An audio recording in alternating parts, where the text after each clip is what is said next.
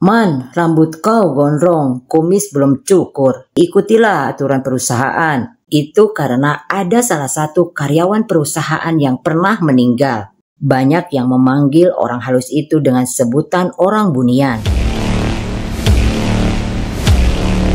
Bang, aku dapat cincin emas bang. Man, balikin lagi ke tempatnya. Jangan mungut benda sembarangan. Bisa jadi itu punya makhluk halus di sini.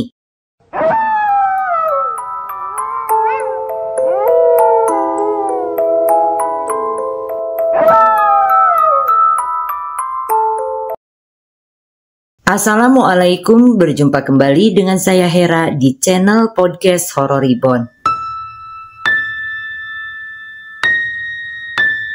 Herman adalah lelaki muda lajang biasa yang tinggal di luar pulau yang saat ini sedang berusaha mencari pekerjaan di Batam, Kepulauan Riau. Karena pengangguran dan hanya hidup bergantung dengan keluarganya, Herman seringkali bertanya tentang lowongan kerja kepada abangnya yang bernama Chandra. Ada nggak bang? Abangnya menggelengkan kepalanya. Belum ada man, jawabnya. Karena susahnya mencari lowongan di sini, seringnya Chandra tak dapat membantu adiknya untuk mendapatkan pekerjaan. Hari terus berlalu. Herman yang gelisah terus-menerus mencoba mencari lowongan pekerjaan di Batam. Walaupun dia orang dari luar pulau, Herman ingin mendapatkan pekerjaan di Batam karena mengincar gaji yang biasanya lebih besar daripada daerah lainnya. Dia tahu berapa gaji di pulau itu sebab melihat gaji abangnya Chandra sebagai karyawan di salah satu PT yang mengolah peternakan babi di Pulau Bulan, Kepulauan Riau. Hingga suatu hari, kabar baik pun datang. Man, abang dapat ini lowongan kerja. Chandra memberitahu Herman yang saat itu baru pulang kerja. Di mana bang? Tanya Herman penasaran. Di tempat abang kerja. Lagi buka lowongan untuk karyawan baru. Abang udah tanya-tanya dengan teman yang ngurus lowongannya. Katanya kamu bisa ikut daftar man. Herman yang sebelumnya kusut dengan pikirannya, tiba-tiba merasakan perasaan lega. Dia tersenyum sumringah setelah mendengar berita itu. Besoknya Herman mendaftarkan diri di tempat abangnya bekerja dan diterima dengan baik di PT tersebut. Herman ingat peraturan perusahaan. Pria yang lajang tinggal di mes kita, sedangkan yang sudah berkeluarga boleh pulang. Rambut kamu tidak boleh panjang, jangan berewokan, atau sengaja nak tumbuhkan jenggot. Kumis tidak boleh tebal, ucap salah satu petugas pengawas. Herman mengangguk paham, tapi agaknya ragu memenuhi dadanya. Dia memegang rambutnya dan menyadari bahwasanya rambutnya telah gondrong. Dia lupa untuk mencukur rambut dan kumisnya karena sejak dulu dia terbiasa mempunyai rambut gondrong dan kumis tebal. Petugas pengawas yang memperhatikan gerak-gerik Herman pun mulai berbicara lagi. Nah Herman, ini kumis kau sudah tebal, rambut kau sudah gondrong, potonglah dulu. Besok bolehlah kau mulai kerja di sini, ucap si petugas. Herman terdiam, tak dapat disangkalnya bahwasanya dia ingin sekali bertanya, kenapa harus kepada si petugas. Namun karena dia tidak ingin kehilangan kesempatan ini, dia hanya kembali mengangguk seolah paham akan hal itu. Keesokan harinya Herman memotong rambut gondrongnya dan mencukur kumis yang sudah bertahun-tahun dia tumbuhkan. Dan mulailah bekerja di peternakan babi itu. Sebagai karyawan, Herman hanya perlu memberi makan babi, merawatnya, dan membersihkan kandang besar bersama rekan lainnya. Di mana babi-babi itu seringnya diekspor ke negara-negara luar, terutama Singapura. Walaupun pekerjaannya nampak ringan, gajinya lumayan banyak sebulan. Herman pun berfirasat bahwa dirinya tak akan mengalami kesulitan apabila dia bekerja di situ. Karena banyak karyawan lainnya yang seumuran dengannya bekerja di sana. Herman ya? Oh, anak baru itu. Nah, karena kau baru di sini, biar saya tunjukkan apa saja yang berguna buat Herman tahu. Salah satu karyawan di sana mengajari Herman melakukan pekerjaannya di hari pertamanya. Baik bang, sahut Herman. Karyawan tersebut mengajak Herman untuk berkeliling peternakan. Namanya Basrul. Dia salah satu pengawas PT ini. Basrul memberitahu Herman bagaimana cara memberi makan babi setiap hari, bagaimana membersihkan kandang, dan bagaimana merawat kandang serta babi itu sendiri. Nah, kamu biarkan seperti ini sampai nanti jam berikutnya dibersihkan. Harus ingat waktunya. Siap Bang Basrul? Oke, ini Joni. Dia yang bakal bantu kamu ngurus bagian yang ini. Basrul memperkenalkan seorang pria berkulit sawo gelap yang nampaknya seumuran dengan Herman. Herman mengangguk pelan. Oke Herman, Bang Basrul memegang pundak Herman. Kalau ada apa-apa, kamu tanyakan sama si Joni aja ya, ucap Bang Basrul. Iya Bang. Herman mengangguk-angguk seperti anak TK yang sedang dibimbing oleh gurunya. Abang ada kerjaan tertinggal, abang pergi dulu ya, timpalnya lagi. Bang Basrul melepas tangannya dari pundak Herman dan berjalan pergi meninggalkan Herman bersama si Joni. Setelah tak nampak lagi punggung Bang Basrul dari belakang, keadaan tiba-tiba terasa begitu canggung. Seperti udara yang sudah berbau dengan kotoran babi, malah semakin terasa panas dengan minimnya interaksi mereka. Joni yang tak tahan kemudian membuka percakapan terlebih dahulu. Tinggal di mana Bang? Asli orang sini atau orang luar? Tanya Joni yang nampaknya sedang berusaha berbasa-basi mencari topik. Orang rantau Bang, tapi aku punya abang yang kerja di sini. Dia rumahnya di Batam Bang. Jadi saya numpang juga di rumah abang. Biasalah Bang, nyari-nyari kerja di Batam, jawab Herman. Oh, abangnya siapa Bang? Bang Chandra? Tanya Joni lagi. Wah, mantap Bang. Kok abang tahu? Sahut Herman antusias. Sekilas mirip kalian berdua. Herman mengangguk-angguk. Abang asli orang mana Bang? Kali ini giliran Herman yang bertanya. Orang Medan aku Bang, anak rantau juga. Dan udah 2 tahun juga aku kerja di sini Bang. Timpal Joni tanpa diminta. Oh, mantap lah Bang. Itu abang gak pernah balik ke kampung kah? Ya pernah lah, masa gak pernah? Macam mana lah kau ini? Masa aku tak rindu kampung sendiri? Itu aku pulang beberapa bulan sekali. Herman lagi-lagi mengangguk. Udahlah, jangan banyak basa-basi pula kita. Ayo kerja, kau bersihkan yang sini, aku kasih makan yang sebelah situ. Perintah Joni dari hari pertama itu. Herman mulai membiasakan diri dengan lingkungan barunya. Seminggu pertama pekerjaan Herman berjalan dengan baik. Herman yang mulanya hanya berteman dengan Joni, kini mulai berteman dengan karyawan di bidang lainnya. Melihat seberapa cepatnya Herman berteman dengan orang-orang di peternakan, membuat Chandra mampu bernapas lega untuk meninggalkan adiknya setiap hari di mes. Bang, mau pulangkah? Tanya Herman, ketika dia menghampiri abangnya yang sudah selesai dengan pekerjaannya di hari itu. Iya, kenapa Man? Ikut pulang lah Bang, besok libur. Aku mau nongki bentar di tempat tongkrongan kopi di Batam, sahut Herman. Kerjaanmu sudah selesai? Udah Bang, kemaslah barangmu dulu sana, aku tunggu kau di kantin. Kemudian Chandra pergi meninggalkan Herman di belakangnya. Setelah beberapa saat Herman selesai mengemasi barangnya untuk menginap 1 hari di Batam, dia segera menghampiri Chandra yang sepertinya lagi meneguk segelas kopi hangat dan menyebat sebuah rokok. Udah Bang, Herman menepuk-nepuk pundak Chandra. Dah siap. Kok cepat? Entah maksudnya menyindir atau memuji. Herman yang mendengarnya hanya tertawa kikuk. Dahlah, ayo, nanti ketinggalan pula kita. Di hari itu Herman dan Chandra kembali ke Batam. Kegiatan Herman yang pulang balik dari mes ke Batam memang tak sering. Namun setidaknya 2 kali sebulan dia akan pulang ke rumah abangnya untuk sekedar bertemu dengan teman-teman lamanya di tongkrongan kopi di Batam. Menikmati pemandangan Batam dan sesekali membeli barang yang dia butuhkan untuk tinggal di mes. Singkat cerita 5 bulan telah berlalu. Hari itu sangat cerah. Tampak matahari bersinar terang di ujung timur.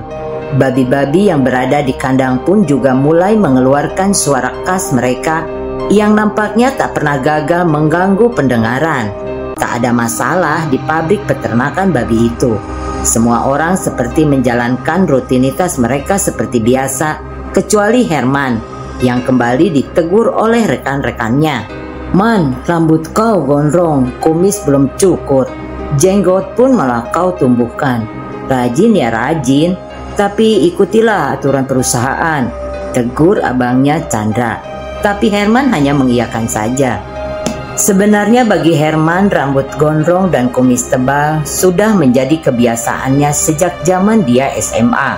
Dan tampaknya susah bagi dirinya untuk tidak lupa memotong dan mencukur rambut serta kumisnya. Iya bang, maaf, aku lupa, sahut Herman. Berulang kali kejadian itu terus berlanjut.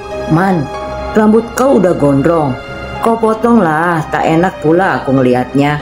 Kali ini Johnny yang kembali menegur. Tapi lagi-lagi Herman hanya meminta maaf dan mengatakan bahwasanya dia lupa. Terus dan menerus sampai kejadian itu terdengar oleh pengawas karyawan. Herman, kamu bisa saya kasih surat teguran kalau kamu masih tak mau mengikuti aturan perusahaan. Kerapian karyawan itu mencerminkan nama baik PT, ujar Bang Basrul, si pengawas karyawan. Seolah tak ada rasa takut bahwasanya kalimat tersebut akan terjadi. Herman hanya kembali meminta maaf dan berjanji akan memotong dan mencukur rambut serta kumisnya. Namun tampaknya semua teguran itu hanya angin lalu bagi Herman. Seolah masuk telinga kanan dan keluar telinga kiri. Herman tetap tak melaksanakan kewajibannya itu. Jam istirahat tiba. Herman dan beberapa rekannya tampak sedang meneguk kopi di kantin. Mereka terus berbincang-bincang dari yang ringan sampai yang berat. Dari klub sepak bola ke partai politik, dari biduan dangdut sampai penyanyi kompang jalanan. Sambil menyebat sepuntung rokok di tangan dan menyeruput kopi hangat yang disajikan. Siang itu hujan nampaknya turun deras. Memang cocoklah bila kopi dan rokok menemani jam istirahat mereka. Percakapan yang nampaknya menyenangkan pun berubah menjadi gelak tawa. Tatkala salah satu dari mereka mengeluarkan sebuah lelucon tentang Herman yang setiap saat ditegur oleh pengawas karena rambut gondrong, kumis, serta jenggotnya. Man, kau mau jadi Mbah Surip ya? Gak dipotong-potong itu? Lantaran salah satu rekan Herman diikuti gelak tawa yang lain karena ucapan tersebut. Man, tinggal mutihi jenggot lagi aja man, biar jadi aki-aki. Timpal yang lain. Herman terlihat serius dengan candaan mereka. Dia tidak tertawa. Aku itu bingung. Kenapa harus? Kenapa harus sekali untuk potong rambut, cukur kumis dan jenggot? Padahal kita kerjanya di peternakan babi, bukan pabrik makanan, ujarnya. Jadi nggak perlulah rapi-rapi kali. Lagi pula orang klien PT jarang lihat langsung ke peternakan. Palingan cuma pengawas doang, tambahnya lagi. Man, udahlah ikuti saja peraturan perusahaan. Tak perlu tanya-tanya segala, sanggah salah satu dari mereka. Tapi man gini, aku pernah dengar gini loh. Tiba-tiba salah satu dari rekan Herman menyela, menarik perhatian orang-orang yang duduk di meja itu. Herman dan rekan lainnya yang nampaknya telah terpancing, menunggu kalimat selanjutnya dari sang rekan itu dengan rasa penasaran. Dengar apa Sandi? Herman bertanya penasaran. Kenapa perusahaan kita mewajibkan karyawannya untuk tidak berjenggot, berambut gondrong, dan berkumis? Itu karena ada salah satu karyawan perusahaan yang pernah meninggal, ucap Sandi. Lalu hubungannya apa? Selah Herman. Hus, aku belum selesai ngomong. Meninggalnya si karyawan itu karena almarhum gak cukur kumis dan jenggotnya. Sandi kemudian duduk dengan sedikit mencondongkan tubuhnya ke meja, berusaha menambah suasana menjadi sedikit lebih serius dibandingkan sebelumnya. Di pulau ini mitosnya ada man, jangan salah. Meskipun pulau sudah punya PT, tapi penduduk pulau asli ini tetap orang halus. Banyak yang memanggil orang halus itu dengan sebutan orang bunian. Sandi mengatakan hal tersebut dengan wajah yang serius bercampur dengan sedikit keringat. Herman tampaknya hanya diam ketika dia mendengar kata-kata Sandi. Dan Sandi mulai melanjutkan ceritanya. Karyawan yang meninggal itu dibawa ke alam orang halus, orang bunian. Orang bunian suka sekali lelaki berperawakan seperti itu. berkumis tebal, berjenggot, serta gondrong, karena terlihat lebih maco. Apalagi kalau dia masih ngelajang. Orang Bunian makin tambah suka. Tanpa sadar si laki itu bisa dipilih menjadi menantu orang-orang Bunian. Ujarnya lagi. Semua orang yang berada di meja tampaknya tertegun beberapa detik setelah mendengar kisah yang diceritakan Sandi. Udah, itu saja yang mau aku omong. Sandi dengan cepat kembali ke posisi duduknya seperti semula. Wah, aku nggak percaya, Man. Bang Sandi kadang-kadang ngalor ngidul doang. Salah satu dari mereka menyela. Wak, mana ada aku ngalor ngidul. Memang itu kejadian. Sandi tiba-tiba menepuk meja dengan keras, sehingga membuat beberapa dari mereka terkesiap, membuat bulu kuduk berdiri, disisiri oleh tetes-tetes keringat dingin. Kau dengar aku, Man. Kalau kau tak mau percaya tak apa, tapi satu, Man, hati-hati saja. Sandi menepuk bahu Herman yang duduk di sampingnya. Herman hanya diam mendengar cerita tersebut. Dia tidak bisa berkomentar apa-apa selain bergidik ngeri. Takut bahwa dirinya lah yang akan dibawa oleh orang-orang Bunian. Hari-hari terus berlalu. Tak disangka Herman sudah bekerja hampir setahun di PT tersebut. Dimulainya hari, Herman adalah saat dia menutupi pintu mes untuk berjalan ke peternakan di pagi hari. Dia menuruni tangga mes, melihat peternakan yang tak jauh tapi juga tak dekat yang berada di depan mes. Rumput-rumput segar yang hijau tampak bersinar ketika tetesan air di ujung rumput tersebut terkena cahaya matahari pagi. Nampaknya gagal menyembunyikan sebuah cincin emas yang berkilau di baliknya. Herman segera mengalihkan perhatiannya pada cincin emas tersebut. Bersinar, berkilau, tampaknya membuat Herman mau memungutnya dari bawah. Hanya cincin biasa, tak ada corak atau hiasan apapun. Murni emas polos seluruhnya. Tampaknya hal itulah yang menarik Herman kepada cincin itu. Dia menyimpan cincin itu di kantongnya untuk membawanya sambil bekerja. Man, minggu ini mau pulang juga enggak? Tanya abangnya Chandra ketika dia menghampiri adiknya yang sedang beristirahat di kantin. Herman yang mendengar pertanyaan itu mengangguk, menyiratkan arti bahwa dia akan pulang ke rumah abangnya minggu ini. Bang, aku mau ngasih tahu abang sesuatu. Nada Herman terdengar seperti berbisik-bisik. Abangnya yang mendengar itu kemudian duduk di kursi tepat di sebelah Herman. Apa itu? Tanya Chandra. Aku dapat cincin emas, Bang. Herman menunjukkan sebuah cincin emas polos kepada abangnya. Kau beli? Tanya abangnya dengan wajah yang sedikit terkejut. Enggak, Bang, dapat, sahut Herman. Abangnya yang mendengar jawaban Herman mengeritkan dahinya. Sedikit ada rasa cemas mulai mencuat. Dapat dari mana, Man? Tanya abangnya lagi. Di semak-semak depan mes, jawab adiknya. Semakin tak enak hati abangnya itu. Rasa cemas dengan segera membanjiri seluruh hatinya. Betapa gelisahnya dia ketika dia tahu bahwasanya adiknya itu memungut benda asing yang tak tahu siapa pemiliknya itu. Man, balikin lagi ke tempatnya, ucap abangnya dengan nada memerintah. Enggak lah bang, sayang, mana emas lagi. Ini kalau disimpan kan lumayan. Emas kan sering naik harganya. Jadi mau aku simpan saja, ucap Herman ngeyel. Man, itu kita nggak tahu kepemilikannya. Jangan mungut benda sembarangan. Bisa jadi itu punya makhluk halus di sini. Chandra mencoba meyakinkan Herman, tapi Herman nampaknya tetap kekeh buat menyimpan cincin tersebut. Chandra tak bisa mengalahkan keras kepala adiknya itu. Akhirnya dengan nada pasrah dia membiarkan adiknya menyimpan cincin tersebut. Terserah kaulah, Man, ucapnya sambil meninggalkan Herman di meja sendirian. Keesokan harinya Chandra datang ke tempat kerja Herman, mencoba memperhatikan gerak-gerik adiknya karena jujur, dirinya selalu merasa cemas dengan cincin yang didapatkan oleh adiknya kemarin. Khawatir dengan keselamatan Herman, apalagi saat mengunjungi mes pagi ini, dia melihat Herman memakai cincin pungutannya tersebut.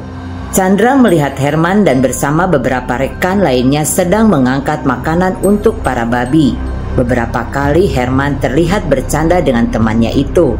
Di waktu siang, Herman makan dengan rekan-rekannya yang lain, seolah tidak ada masalah sama sekali. Walaupun begitu, entah mengapa hati Chandra masih cemas. Hari itu dia terus bolak-balik mengecek keadaan adiknya, takut terjadi apa-apa dengan Herman. Tetapi Herman nampaknya terlihat biasa saja. Dia makan, dia bekerja, dia juga sempat bercanda dengan teman-temannya. Selama 5 hari lebih abangnya terus mengawasi Herman, hingga membuat kepalanya sakit karena harus memikirkan pekerjaan dan juga adiknya. Herman sama sekali tak menyadari betapa cemasnya Chandra terhadap dirinya. Dia tetap melaksanakan rutinitasnya seperti biasa hingga pekan tiba.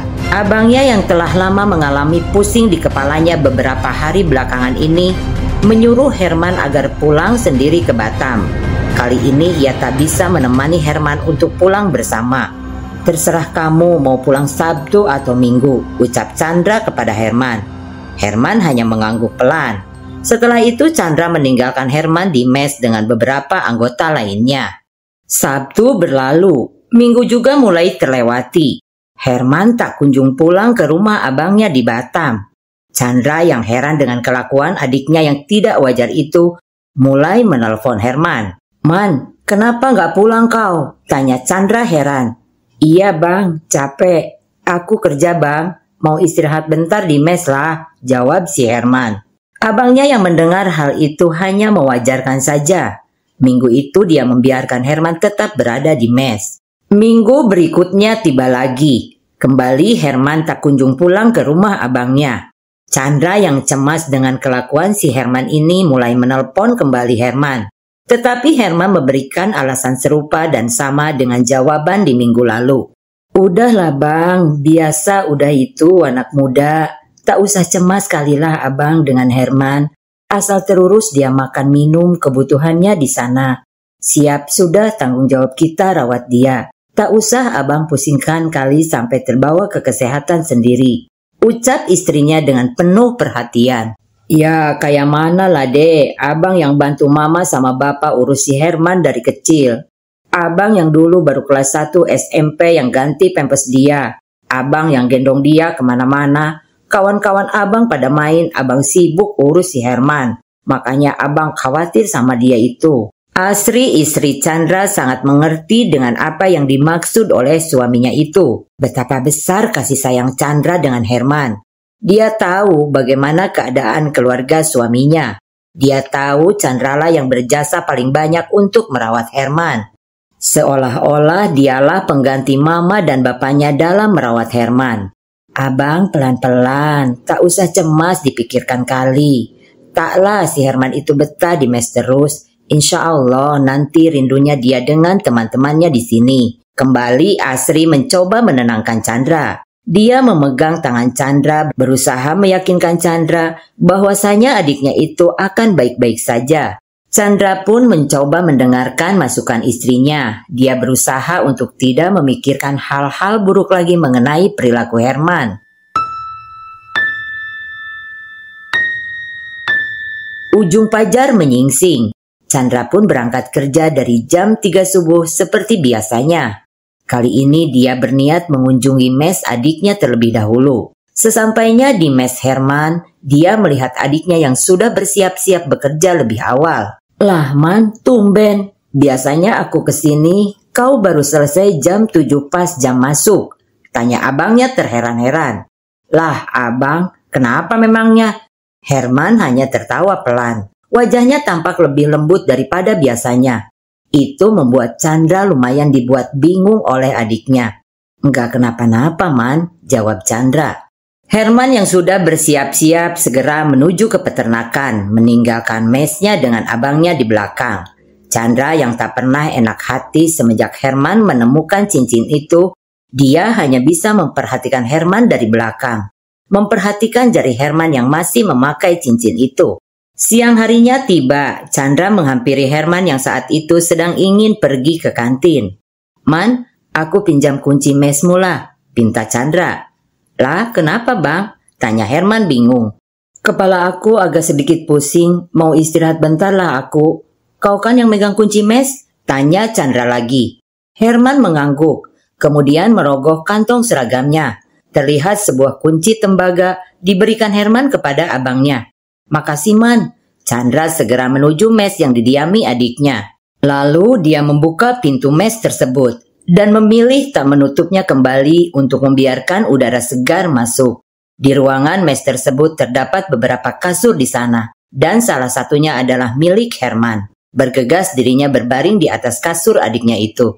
Semula dia hanya ingin memejamkan matanya mengikuti niat awal untuk beristirahat sebentar di kasur tersebut. Tapi ia tak bisa membendung rasa penasarannya. Rasa penasaran tentang ruangan mes yang tak pernah ditinggalkan oleh Herman setiap minggunya. Apa yang ada di mes tersebut sampai Herman betah berada di sana seharian. Segera dirinya bangkit dari tempat tidurnya, menginjakkan kakinya di lantai, merasakan rasa dingin dari keramik putih di bawah kulit kakinya.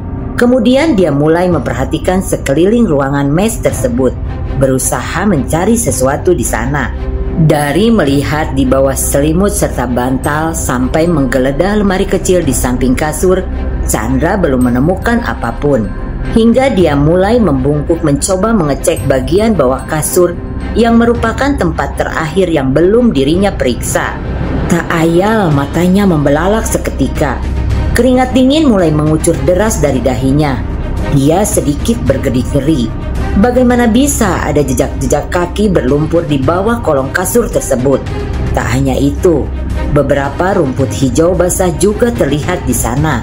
Chandra menelan ludahnya sendiri dengan kasar. Jantungnya berdegup kencang. Begitu kencang dan keras, sangat keras sampai-sampai dirinya bisa mendengar sendiri suara detak jantung yang serasa mau copot saat itu juga. Entah karena pusing atau karena ketakutan, matanya mulai terasa bergoyang dan kabur, membuatnya terus mengucek mata dengan kedua tangannya. Walaupun begitu, jejak kaki berlumpur itu tak pernah hilang dari pandangannya. Meski dia berharap itu hanya ilusi semata akibat rasa sakit di belakang kepalanya, tapi dia menyadari bahwasanya pandangan itu tidak menipu. Itu asli ada di depan matanya. Untuk memastikan apakah itu semua nyata, dia mencoba menyentuh lumpur tersebut. Sensasi asli lumpur tanah yang basah dan lembek terasa di ujung-ujung jarinya. Dia menyadari bahwasanya jejak itu memang asli adanya. Tapi mengapa ada jejak kaki berlumpur di Prak! Seketika Chandra terkesiap. Napasnya tercekat oleh udara yang terasa menipis dan susah diambil. Dia melihat ke depan, lalu berdiri, menyadari bahwasanya pintu mes yang ada di depannya tadi terbanting dengan keras. Napasnya terengah-engah. Dia mencoba bernapas, tapi seolah udara di sekitarnya menipis. Dia kesusahan, tak mampu mengambil napas dengan baik. Matanya pun semakin terasa kabur, seolah dia akan kehilangan kesadarannya sendiri. Udara yang terasa di kulit juga semakin panas. Keringat dingin mengucur dari ujung jari yang membeku. Dia seolah tak bergerak. Krek! Pintu tiba-tiba terbuka pelan kali ini. Sangat pelan. Chandra menahan napasnya sambil berusaha mengintip apa yang ada di balik pintu tersebut. Loh, ada Bang Chandra di sini. Itu Johnny. Chandra bernapas dengan lega. Seolah kehilangan tenaga, dia langsung duduk lemas di atas kasur tersebut. Kenapa Bang? Abang sakit? Tanya Johnny. Chandra mengangguk-ngangguk. Sakit kepala John, jawab Chandra. Johnny cuma bergumam. Oh, kemudian mengambil sebuah ponsel dari ranser di atas kasurnya. Banyak mikir abang itu bah, coba bawa bertenang, ujar Johnny. Tahunya si Herman itu tak mau potong cukur rambut kumis dia. Tapi janganlah abang pikirin kali, biar akulah yang urus anak itu, timpalnya lagi. Chandra hanya mengangguk. Tolong ya John, awasi anak itu di mes. Tak mau pulang dia setiap pekan, ujar Chandra. Loh, nggak mau pulang dia bang? Wah, parah pula anak itu aku tengok. Kemudian dia kembali berbaring di atas kasurnya. Ya udah, abang tinggal tidur dulu ya. Chandra menutup matanya dengan pelan. Rasa takutnya kini mulai menghilang setelah dia berbincang-bincang dengan Johnny. Cepat sembuh bang. Johnny pun meninggalkan Chandra yang kini mulai tertidur lelap di atas kasur adiknya. Malam harinya Chandra kembali pulang ke rumahnya. Di hari itu dia masih memikirkan tentang jejak kaki berlumpur yang dia temukan di bawah kolong kasur adiknya. Dia tak habis pikir bagaimana bisa ada jejak kaki di situ. Keesokan harinya, Herman yang pagi-pagi sudah membersihkan kandang terlihat lebih pucat daripada biasanya. "Man, gak makan? Atau macam mananya kau pucat kali itu ku tengok muka kau itu?" Tiba-tiba Johnny menghampiri Herman dari belakang. "Masa John?" tanya Herman yang tak sadar dengan betapa pucatnya wajahnya itu. Keringat dingin juga memenuhi dahinya. "Kayaknya aku merasa sehat-sehat aja deh John," timpalnya lagi. "Yakin kau Man?" "Iya John." "Ya udah deh, aku ambil barang di sana dulu." Johnny pun meninggalkan Herman yang lagi menyapu bersih di lantai. Tak berselang waktu berlalu, Herman yang terlihat semula pucat, kini wajahnya memerah padam. "Lah Man, sakit kau itu. Muka kau tengok udah merah kali. Demam gak kau?" Johnny segera menyadari perubahan wajah Herman. Herman kini mulai diam, dia hanya mengangguk mengiyakan ucapan Johnny. Johnny yang melihatnya segera meminta rekannya yang lain untuk meminta izin ke pengawas, agar Herman dapat beristirahat di mes. Sedangkan dia menanti Herman berjalan ke mes mereka. "Man, pelan-pelan." Johnny membantu Herman duduk di kasurnya. Dengan sigap dia membawa beberapa obat dan segelas air putih untuk Herman. Meminta Herman beristirahat dengan baik hari itu, sampai dia sembuh. Seminggu telah berlalu, Herman tak kunjung juga sembuh. Dan selama itu juga dia absen dalam bekerja. Herman selama seminggu itu terkulai lemas di atas kasurnya. Chandra yang khawatir dengan adiknya, kemudian membawa adiknya pulang ke rumahnya untuk dirawat di sana.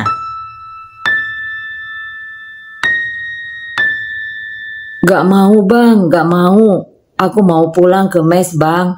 Gak mau aku di sini," ujar Herman. Seperti anak kecil yang merengek, selama Herman terkulai sakit di rumah abangnya, Herman selalu meminta untuk abangnya mengantarnya kembali pulang ke mes. "Bang, antarkan aku pulang ke mes Bang." Lanturan demi lanturan yang terasa penuh dengan nada peluh dan memohon terus-menerus digumamkan oleh Herman. Tatkala panas tubuhnya semakin meninggi, abangnya sudah berusaha membantu adiknya berobat dengan membawa dia ke beberapa dokter di Batam. Namun usahanya belum berhasil jua. Setiap sejam sekali Herman akan melantur bahwa dia ingin pulang ke mes, bahwa dia ingin tinggal di mes, yang mana itu membuat khawatir abangnya. "Bang," Asri memanggil suaminya. "Baiknya kita bawa ajalah Herman ke kampung, biar dibantu-bantu orang di kampung buat ngerawat Herman," ujar Asri. "Kasihan pula lah aku tengoknya Bang, udah parah ini si Herman," tambahnya lagi. Atas usulan istrinya, Chandra setuju untuk membawa Herman ke kampung mereka, agar dapat dibantu merawat adiknya oleh orang-orang kampung. Di hari Rabu, Chandra dan istrinya bersiap-siap membawa Herman ke kampung. Mereka menggunakan mobil yang disewa untuk beberapa hari ke depan. Dalam perjalanan mereka ke kampung, Herman tampaknya sudah lebih diam daripada biasanya, di mana dia lebih sering melantur dan bergumam untuk kembali ke mes. Dia juga nampaknya lebih mau menerima makanan dan minuman yang disuapkan kepadanya. Sesampainya mereka di kampung, Herman digotong oleh sepupu dan abangnya ke kasur di kamar Herman. "Man, udah sampai ini kita di rumah mama bapak. Tengok Man, ada mama bapak ini," ucap Chandra. Mamanya yang melihat betapa kurusnya sang anak menangis histeris. "Ya Tuhan, Man, kok gini kau nak?" Dia menciumi pipi anaknya yang masih terkulai lemas dengan tatapan ke atas yang kosong. Bapaknya hanya melihat miris keadaan anaknya dari balik pintu. Sedangkan Chandra kini duduk bersimpuh di bawah kasur. Tiba-tiba Herman kesusahan bernapas. Dia membusungkan dadanya, naik turun, seolah berusaha mendapatkan napas yang banyak. Matanya melotot, bibirnya kering. Mama dan Chandra terlihat panik dengan keadaan Herman yang sedemikian rupa. Kompres air, ya Tuhan Man, ya Tuhan, kenapa kau nak?" Mamanya begitu panik. Begitu juga dengan Chandra. Asri yang ada di sana dengan segera berlari panik ke dapur untuk mengambil sebaskom air dingin. Man, sadar Man, ini abang Man. Chandra yang panik mencoba memanggil nama adiknya. Namun itu percuma. Herman sudah tak dapat mendengar lagi. Mata Herman mendelik ketika dia sedang berada di ujung tanduk nyawanya. Herman terkulai lemas. Dia sudah tidak bernapas. Dia sudah tak bernyawa. Man, anak aku ya Tuhan. Man, bangun Man. Man. Mamanya berteriak histeris. Dia menciumi pipi putranya berulang kali, seolah-olah tak mau berpisah dengan putranya itu. Chandra yang melihat kematian adiknya hanya bisa terkulai lemas. Dia menangis dalam diam. Tak disangkanya adiknya telah pergi meninggalkannya lebih dulu, sama seperti ibunya. Chandra juga hancur sedalam-dalamnya karena kehilangan sang adik. Di hari itu Herman telah meninggal dunia. Tenda berkabung dipasangkan hanya untuk melihat sang adik dikuburkan. Chandra tak menyangka adik yang dia rawat dari kecil malah pergi terlebih dahulu daripada dirinya. Dia hancur sehancur-hancurnya. Tak pula disangkakan air mata terus-menerus menetes saat dia melihat Herman dikubur di liang lahat. Sepeninggalan Herman, Chandra banyak merenungi nasibnya. Namun nasi telah menjadi bubur. Herman sudah ditakdirkan untuk pergi dari dunia ini. Chandra hanya bisa melanjutkan hidupnya untuk anak dan istrinya. Setelah berkabung beberapa hari, Chandra mulai mengobrol-ngobrol dengan beberapa sanak saudara. Mereka membahas banyak hal yang berkaitan dengan Herman. Kebanyakan dari mereka mengungkapkan belasungkawanya atas meninggalnya sang adik. Hingga rumah pun mulai sepi dari pengunjung yang ingin mengungkapkan belasungkawanya. Chandra kini sendirian di dapur, mengambil segelas air minum dari dispenser. Prang! Chandra terkesiap ketika gelas di belakangnya tiba-tiba terjatuh. Asri yang mendengar suara pecahan gelas itu segera menuju ke dapur. "Kenapa bang?" tanya Asri khawatir. "Enggak, gelasnya jatuh sendiri dek," jawab Chandra setengah percaya dengan apa yang dia alami. Dia menunjuk gelas kaca yang sudah pecah berkeping-keping itu. "Yang bener bang." Asri datang menghampiri suaminya. Dia melihat pecahan gelas kaca itu. "Ya udah bang, abang istirahat aja dulu di dapur sana. Abang kecapean itu," ujar Asri sambil menepuk punggung Chandra. Chandra mengiyakan saran Asri untuk segera beristirahat di kamarnya. Ketika Chandra hendak memasuki kamarnya, seseorang memanggilnya. "Bang." Chandra menoleh ke belakang. "Iya man." Terkejut seketika ketika dia sadar dengan apa yang dia ucapkan. Matanya tak percaya, begitupun juga telinganya tatkala dia mendengar suara adiknya memanggil namanya. Kali ini bukannya takut, Chandra malah merasa sedih mengingat sang adik kembali. Namun tak ingin berlarut-larut dalam kesedihan, Chandra segera menuju tempat tidur, beristirahat dengan damai di atas tempat tidurnya. "Bang, ini Herman bang. Herman tinggal di sini bang. Makasih ya bang." Chandra segera membuka matanya.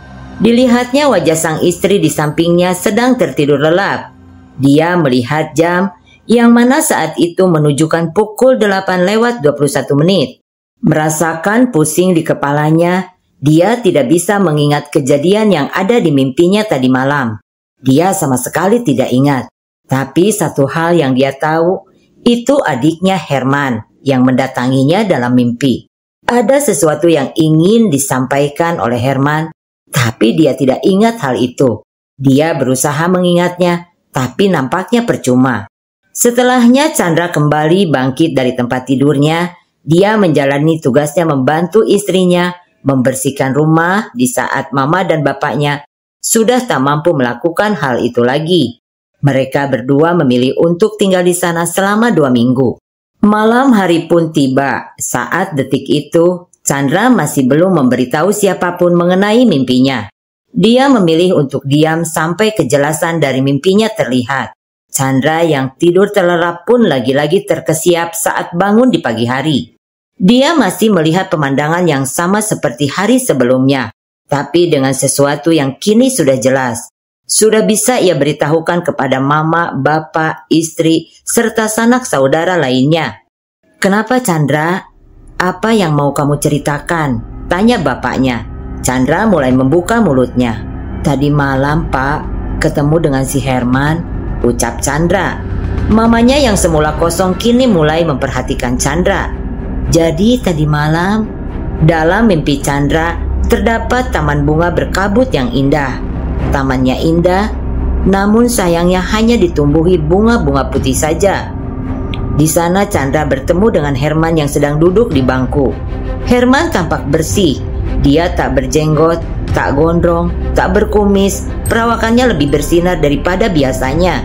"Bang, ini Herman bang," ucapnya. Chandra yang melihat adiknya itu segera menghampiri Herman. Matanya berkaca-kaca ketika dia melihat sang adik terlihat sehat dan kuat seperti dirinya dulu. Herman yang tersenyum lembut lalu menepuk-nepuk bangku kosong di sebelahnya, mengisyaratkan agar Chandra duduk di sebelahnya.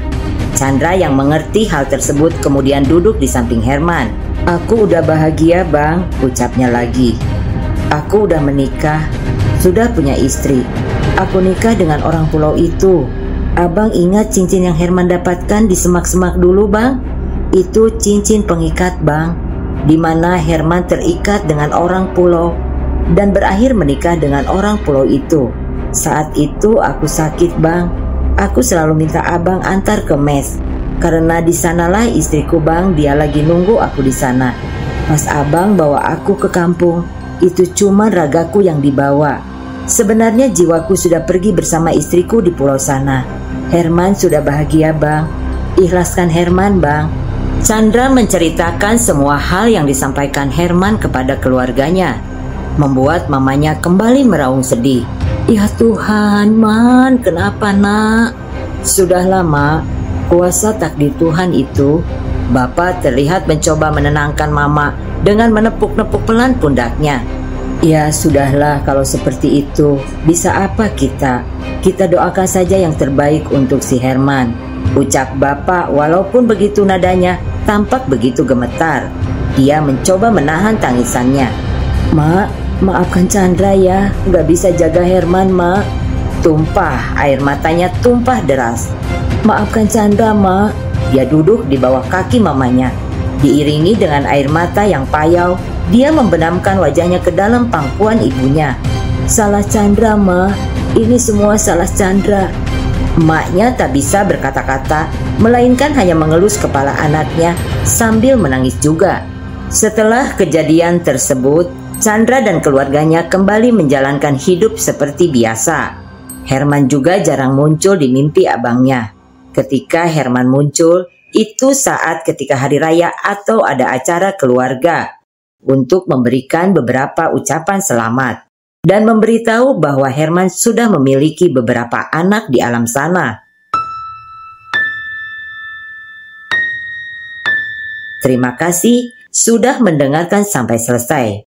Assalamualaikum, sapunyere pegasimpai, paturai, patepang deui.